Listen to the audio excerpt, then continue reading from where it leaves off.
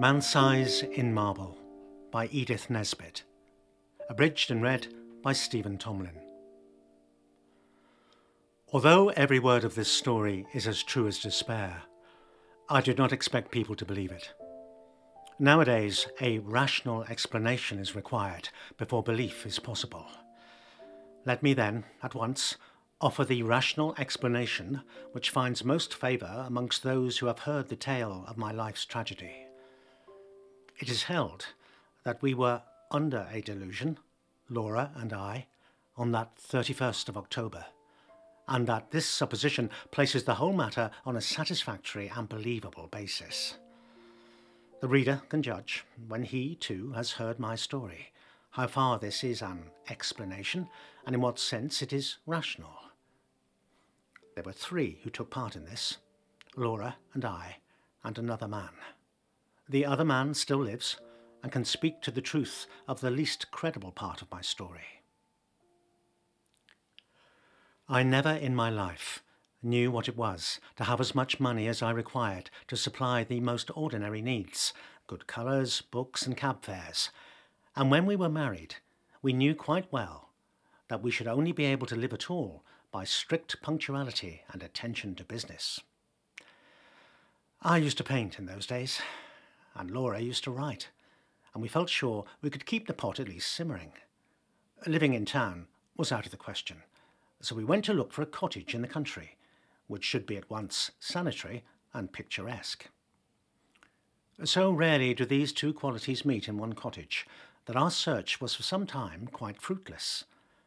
I very much doubt whether either of us, on our wedding morning, knew the difference between a house and a haystack.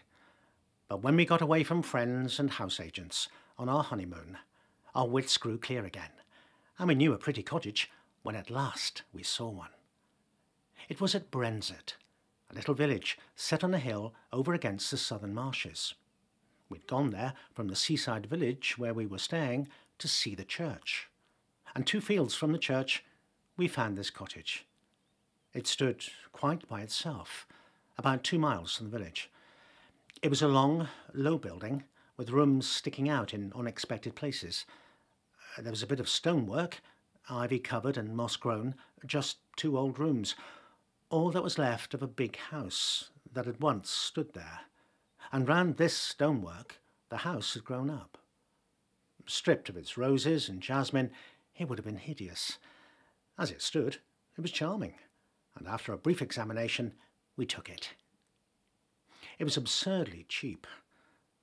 The rest of our honeymoon we spent in grubbing about in second-hand shops in the county town, picking up bits of old oak and Chippendale chairs for our furnishing. We wound up with a run up to town and a visit to Liberty's, and soon the low, oak-beamed, latticed, windowed rooms began to be home.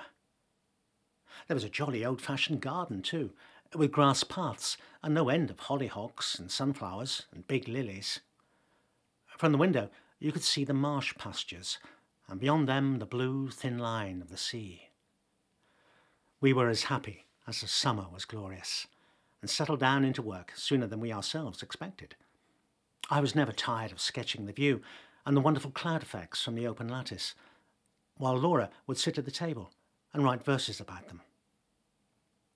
We got a tall, old peasant woman to do for us. Her face and figure were good, though her cooking was of the homeliest. But she understood all about gardening, and told us all the old country names of the coppices and cornfields, and the stories of the smugglers and highwaymen, and, better still, of the things that walked, and of the sights which met one in lonely glens of a starlit night. She was a great comfort to us, because Laura hated housekeeping as much as I loved folklore, and we soon came to leave all the domestic business to Mrs. Dorman, and to use her legends in little magazine stories which brought in the jingling guinea. We had 3 months of married happiness, and did not have a single quarrel. One October evening, I'd been down to smoke a pipe with the doctor, our only neighbour, a pleasant young Irishman. Laura had stayed at home to finish a comic sketch of a village episode for the monthly Mar plot. I left her laughing over her own jokes, and came in to find her a crumpled heap of pale muslin weeping on the window seat. "Good heavens, my darling, what's the matter?" I cried, taking her in my arms. She leaned her little dark head against my shoulder and went on crying. I had never seen her cry before. We had always been so happy, you see, and I felt sure some frightful misfortune had happened. "What is the matter? Do speak." It's Mrs. Dorman," she sobbed. "What has she done?" I inquired, immensely relieved. "She says she must go before the end of the month, and she says her niece is ill. She's gone down to see her now, but I don't believe that's the reason, because her niece is always ill. I believe someone's been setting her against us. Her manner was so queer." "Oh, never mind, Pussy," I said. "Whatever you do, don't cry, or I shall have to cry too, to keep you in countenance, and then you'll never respect your man again." She dried her eyes obediently on my handkerchief, and even smiled faintly. "But you see," she went on, "it is really serious, because these village people are so sheepy, and if one won't do a thing, you may be quite sure that none of the others will. And I shall have to cook the dinners, and wash up the hateful greasy plates, and you'll have to carry cans of water about, and clean the boots and knives, and we shall never have any time for work, or earn any money, or anything. We shall have to work all day, and only be able to rest when we're waiting for the kettle to boil." I represented to her that even if we had to perform these duties, the day would still present some margin for other toils and recreations. But she refused to see the matter in any but the greyest light. "I'll speak to Mrs. Dorman when she comes back, and see if I can't come to terms with her," I said. "Perhaps she wants a rise in her wages. It will be all right. Come, let's walk up to the church." The church was a large and lonely one, and we loved to go there, especially upon bright nights. The path skirted a wood, cut through it once, and ran along the crest of the hill through 2 meadows, and round the churchyard wall, over which the old yews loomed in black masses of shadow. This path, which was partly paved, was called the bier walk, for it had long been the way by which the corpses had been carried to burial. The churchyard was richly treed, and was shaded by great elms, which stood just outside and stretched their majestic arms in benediction over the happy dead. A large, low porch let one into the building by a Norman doorway, and a heavy oak door studded with iron. Inside, the arches rose into darkness, and between them the reticulated windows, which stood out white in the moonlight. In the chancel, the windows were of rich glass, which showed in faint light their noble colouring, and made the black oak of the choir pews hardly more solid than the shadows. But on each side of the altar lay a grey marble figure of a knight in full plate armour, lying upon a low slab, with hands held up in everlasting prayer. And these figures, oddly enough, were always to be seen if there was any glimmer of light in the church. Their names were lost, but the peasants told of them that they had been fierce and wicked men, marauders by land and sea, who had been the scourge of their time, and had been guilty of deeds so foul that the house they had lived in, the big house, by the way, that had stood on the site of our cottage, had been stricken by lightning and the vengeance of heaven. But for all that, the gold of their heirs had bought them a place in the church. Looking at the bad, hard faces reproduced in the marble, this story was easily believed. The church looked at its best and weirdest on that night, for the shadows of the yew trees fell through the windows upon the floor of the nave and touched the pillars with tattered shade. We sat down together without speaking, and watched the solemn beauty of the old church, with some of that awe which inspired its early builders. We walked to the chancel and looked at the sleeping warriors. Then we rested some time on the stone seat in the porch, looking out over the stretch of quiet, moonlit meadows, feeling in every fibre of our being the peace of the night and of our happy love, and came away at last with the sense that even scrubbing and blackleading were but small troubles at their worst. Mrs. Dorman had come back from the village, and I at once invited her to a tete-a-tete. "Now, Mrs. Dorman," I said, when I'd got her into my painting room. "What's all this about your not staying with us?" "I should be glad to get away, sir, before the end of the month," she answered, with her usual placid dignity. "Have you any fault to find, Mrs. Dorman?" "Oh, none at all, sir. You and your lady have always been most kind, I'm sure." "Well, what is it? Are your wages not high enough?" "No, sir. I gets quite enough." "Then why not stay?" "I'd rather not," with some hesitation. "My niece is ill." "But your niece has been ill ever since we came." No answer. There was a long and awkward silence. I broke it. "Look, can't you stay for another month?" I asked. "No, sir. I'm bound to go by Thursday." And this was Monday. Well, I must say, I think you might have let us know before. There's no time now to get anyone else, and your mistress is not fit to do heavy housework. Can't you stay till next week?" "Oh, you might be able to come back next week." I was now convinced that all she wanted was a brief holiday, which we should have been willing enough to let her have, as soon as we could get a substitute. "But why must you go this week?" I persisted. "Come, out with it." Mrs. Dorman drew the little shawl, which she always wore, tightly across her bosom, as though she were cold. Then she said, with a sort of effort, "They say, sir, as this was a big house in Catholic times, and there was many a deed done here." I was glad that Laura was not in the room. She was always nervous, as highly strung natures are, and I felt that these tales about our house, told by this old peasant woman with her impressive manner and contagious credulity, might have made our home less dear to my wife. "Tell me all about it, Mrs. Dorman," I said. "You needn't mind about telling me. I'm not like the young people who make fun of such things," which was partly true. "Well, sir, you may have seen in the church, beside the altar, 2 shapes." You mean the effigies of the knights in armour?" I said cheerfully. "I mean them 2 bodies, drawed out man-size in marble," she returned. And I had to admit that her description was 1,000 times more graphic than mine, to say nothing of a certain weird force and uncanniness about the phrase, "drawed out man-size in marble." "They do say, as on All Saints' Eve, them 2 bodies sits up on their slabs and gets off them and walks down the aisle in their marble." Another good phrase, Mrs. Dorman. "And as the church clock strikes 11, they walks out of the church door and over the graves and along the bier walk. And if it's a wet night, there's the marks of their feet in the morning." "And where do they go?" I asked, rather fascinated. "They comes back here to their home, sir. And if anyone meets them—" "Well, what then?" I asked. But no, not another word could I get from her, save that her niece was ill and she must go. After what I had heard, I scorned to discuss the niece and tried to get from Mrs. Dorman more details of the legend. I could get nothing but warnings.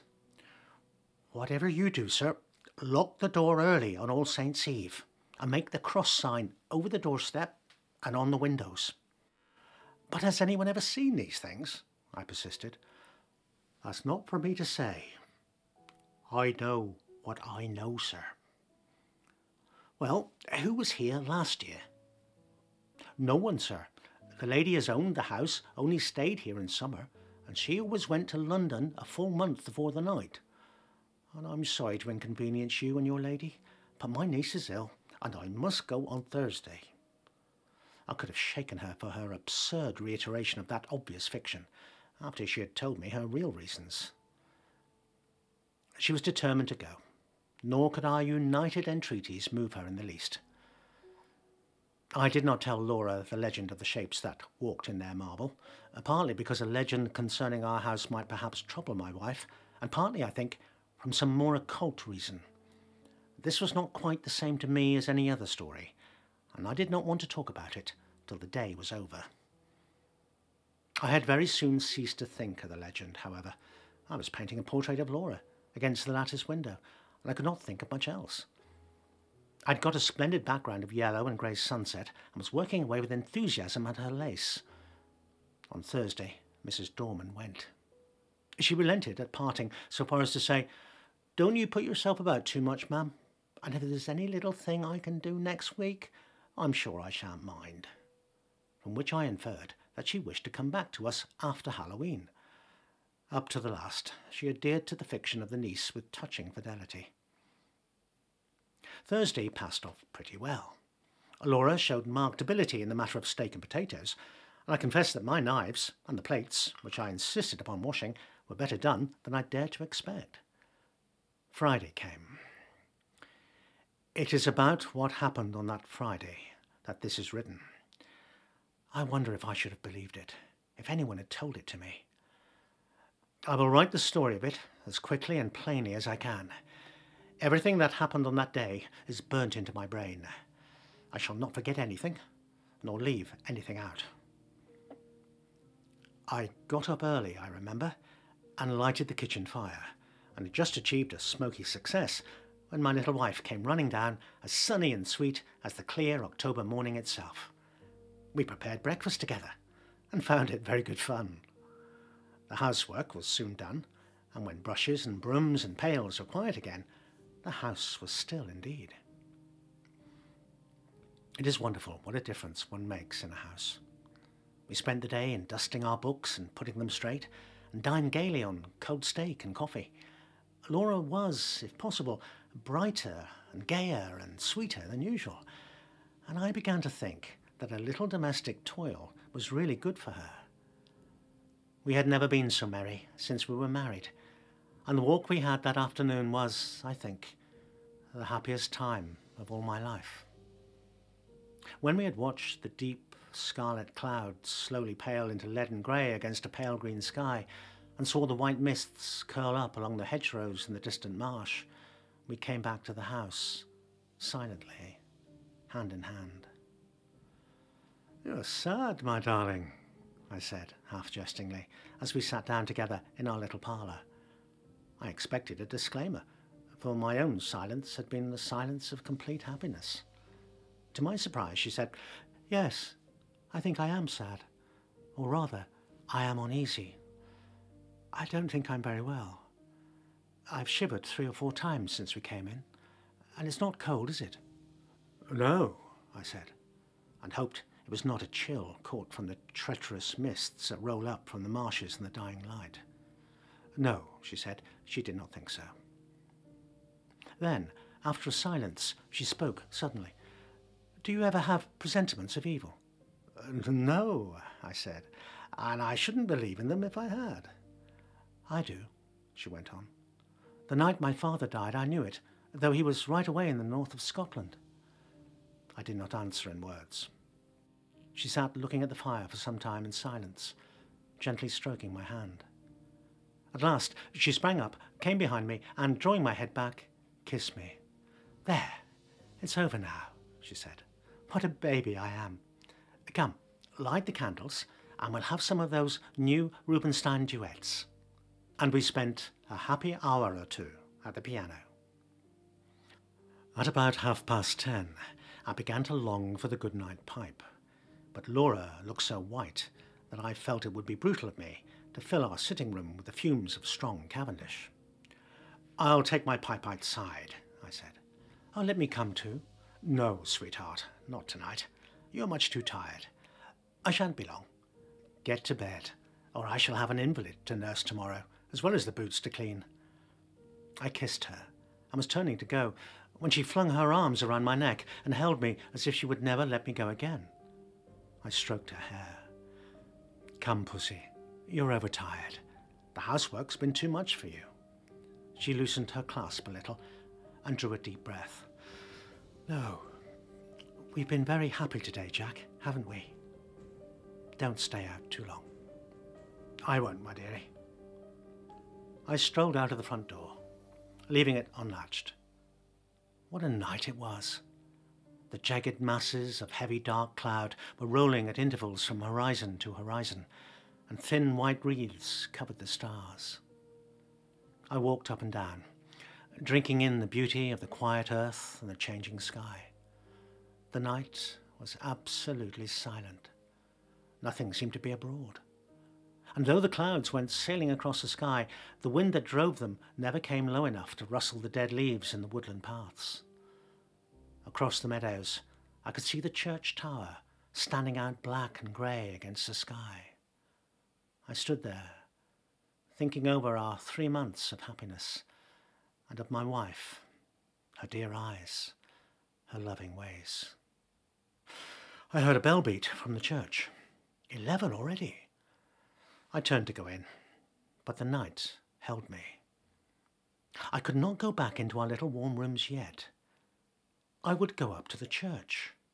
I felt vaguely that it would be good to carry my love and thankfulness to the sanctuary whither so many loads of sorrow and gladness had been borne by the men and women of the dead years. I looked in at the low window as I went by. Laura was half lying on her chair in front of the fire. I could not see her face, only her head showed dark against the pale blue wall. She was quite still, asleep no doubt. My heart reached out to her as I went on. There must be a God, I thought, and a God who was good. How otherwise could anything so sweet and dear as she have ever been imagined? I walked slowly along the edge of the wood. A sound broke the stillness of the night. It was a rustling in the wood. I stopped and listened. The sound stopped too. I went on, and now distinctly heard another step than mine answer mine like an echo. It was a poacher or a wood stealer, most likely, for these were not unknown in our Arcadian neighbourhood. But whoever it was a fool not to step more lightly. I turned into the wood, and now the footsteps seemed to come from the path I had just left. It must be an echo, I thought. The wood looked perfect in the moonlight. The tree trunks stood up like Gothic columns all around me. They reminded me of the church, and I turned into the bier walk and passed through the corpse gate between the graves to the low porch. I paused for a moment on the stone seat where Laura and I had watched the fading landscape. Then I noticed that the door of the church was open, and I blamed myself for having left it unlatched the other night. I went in. It will seem strange, perhaps, that I should have gone halfway up the aisle before I remembered, with a sudden chill, followed by as sudden a rush of self-contempt, that this was the very day and hour when, according to tradition, the shapes drawn out man-size in marble began to walk. Having thus remembered the legend, and remembered it with a shiver, of which I was ashamed, I could not do otherwise than walk up toward the altar, just to look at the figures, as I said to myself.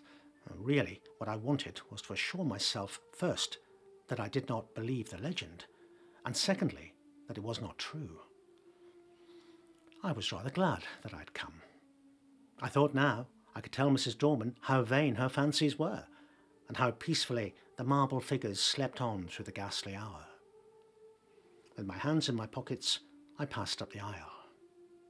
In the grey, dim light, the eastern end of the church looked larger than usual, and the arches above the two tombs looked larger too.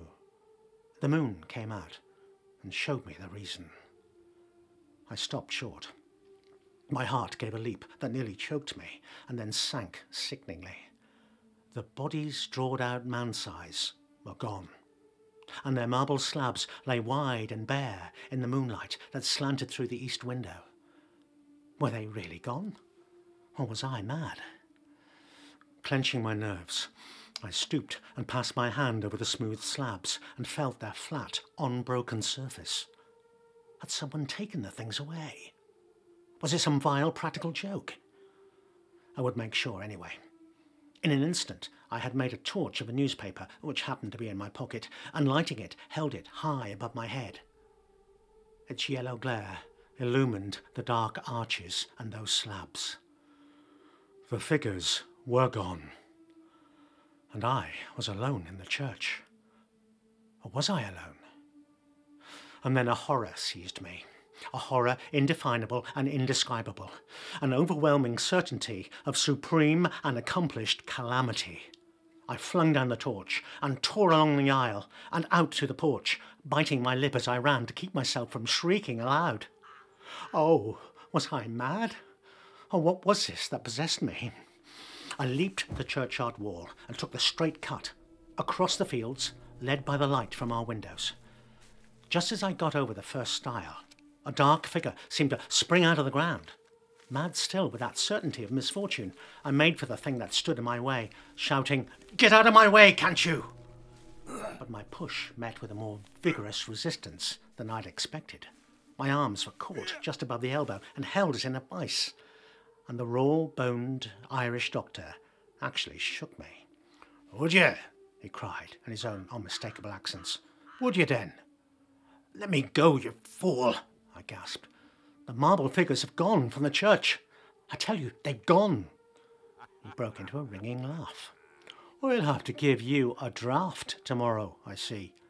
You've been smoking too much and listening to old wives' tales. I tell you, I've seen the bare slabs." "Well, come back with me. I'm going up to old Palmer's. His daughter's ill. We'll look in at the church and let me see the bare slabs." "Well, you go, if you like," I said, a little less frantic for his laughter. "I'm going home to my wife." "Rubbish, man," said he. "Do you think I'll permit of that? Are you to go saying all your life that you've seen solid marble endowed with vitality, and me to go all my life saying that you were a coward? No, sir, you shan't do it." The night air, a human voice, and I think also the physical contact with this 6 feet of solid common sense brought me back a little to my ordinary self, and the word coward was a mental shower bath. "Come on, then," I said sullenly. "Perhaps you're right." He still held my arm tightly. We got over the stile and back to the church. All was as still as death. The place smelt very damp and earthy. We walked up the aisle. I'm not ashamed to confess that I shut my eyes. I knew the figures would not be there. I heard Kelly strike a match. "Here you are, you see, right enough. You have been dreaming, or drinking. I'm begging your pardon for the imputation." I opened my eyes. By Kelly's expiring vesta, I saw 2 shapes lying in their marble on their slabs. I drew a deep breath and caught his hand. "I'm awfully indebted to you," I said. It must have been some trick of light, or I've been working rather hard. Perhaps that's it. Do you know, I was quite convinced they were gone." "I'm aware of that," he answered rather grimly. "You'll have to be careful of that brain of yours, my friend, I assure you." He was leaning over and looking at the right-hand figure, whose stony face was the most villainous and deadly in expression. "By Jove," he said, "something's been afoot here. This hand is broken." And so it was. I was certain that it had been perfect the last time Laura and I had been there. "Perhaps someone has tried to remove them," said the young doctor. "Oh, that won't account for my impression," I objected. "Yeah, too much painting and tobacco will account for that well enough." "Come along," I said, "or my wife will be getting anxious. You'll come in and have a drop of whiskey and drink confusion to ghosts and better sense to me. I ought to go up to Palmer's, but it's so late now, I'd best leave it till the morning," he replied. "All right, I'll come back with you." I think he fancied I needed him more than did Palmer's girl. So, discussing how such an illusion could have been possible, and deducing from this experience large generalities concerning ghostly apparitions, we walked up to our cottage. We saw, as we walked up the garden path, that bright light streamed out of the front door, and presently saw that the parlour door was open too. Had she gone out? "Come in," I said, and Dr. Kelly followed me into the parlour. It was all ablaze with candles. Not only the wax ones, but at least a dozen guttering, glaring tallow dips, stuck in vases and ornaments in unlikely places. A light, I knew, was Laura's remedy for nervousness. Poor child. Why had I left her? Brute that I was. We glanced round the room, and at first we did not see her. The window was open, and the draught set all the candles flaring one way. Her chair was empty, and her handkerchief and book lay on the floor. I turned to the window. There, in the recess, I saw her. Oh, my child, my love. Had she gone to that window to watch for me? And what had come into the room behind her? To what had she turned with that look of frantic fear and horror? Oh, my little one. Had she thought it was I whose steps she heard? And turned to meet what?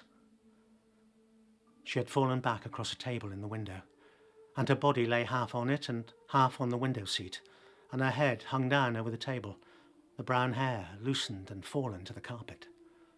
Her lips were drawn back, and her eyes wide, wide open. They saw nothing now. What had they seen last?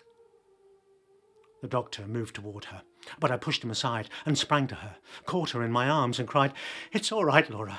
I've got you safe." She fell into my arms in a heap. I clasped her and kissed her and called her by all her pet names, but I think I knew all the time that she was dead. Her hands were tightly clenched.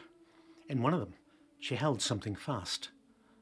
When I was quite sure that she was dead and that nothing mattered at all anymore, I let him open her hand to see what she held. It was a grey marble finger.